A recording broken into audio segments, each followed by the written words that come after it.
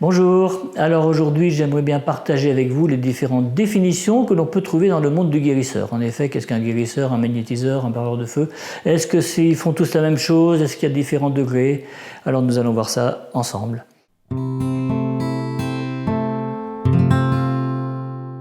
Tout d'abord, si on peut considérer que le monde du guérisseur est une grande échelle, le premier échelon c'est le barreur de feu. Le barreur de feu, c'est la personne qui est capable de calmer une brûlure, d'arrêter cette sensation de brûlure qui est très douloureuse, que ce soit en présentiel ou à distance. Ça marche de la même façon.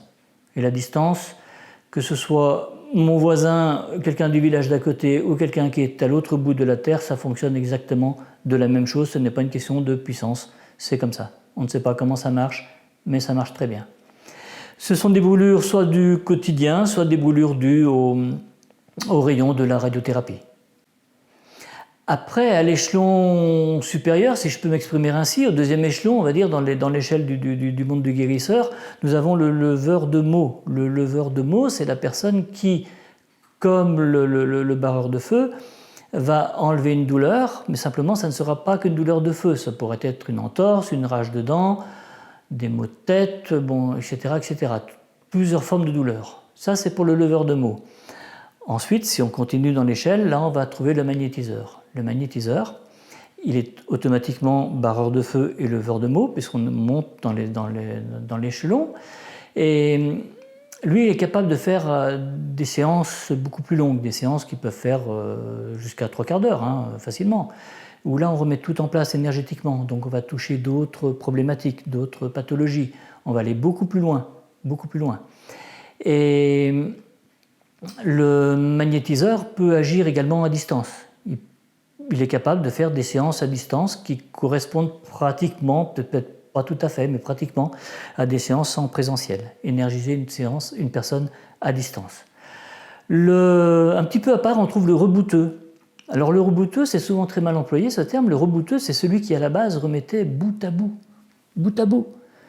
C'est-à-dire lorsqu'il y avait une fracture, par exemple, souvent les os se déplacent, par exemple une fracture du tibia, les os peuvent se déplacer comme ceci, et le rebouteux, lui, se débrouillait pour que les os puissent être face à face.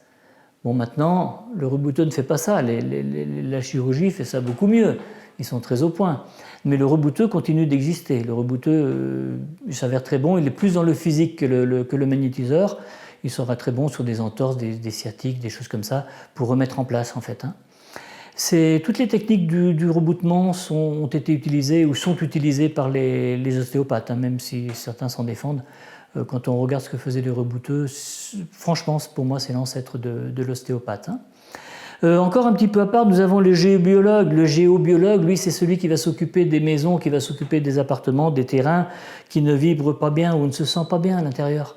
Il nous est tous arrivé de rentrer dans une maison, un appartement, et on dit tiens, je me sens pas très bien. Alors on met ça peut-être sur une cause digestive ou je ne sais quoi. Mais en fait, si on y retourne, on voit qu'on se sent toujours pas bien. Donc il y a un problème dans la maison.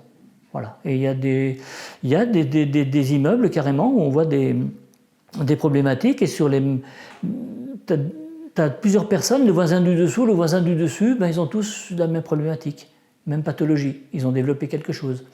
Et là, ça sera le rôle du géobiologue d'harmoniser la maison, de faire en sorte que l'on puisse y vivre sans développer particulièrement de pathologie.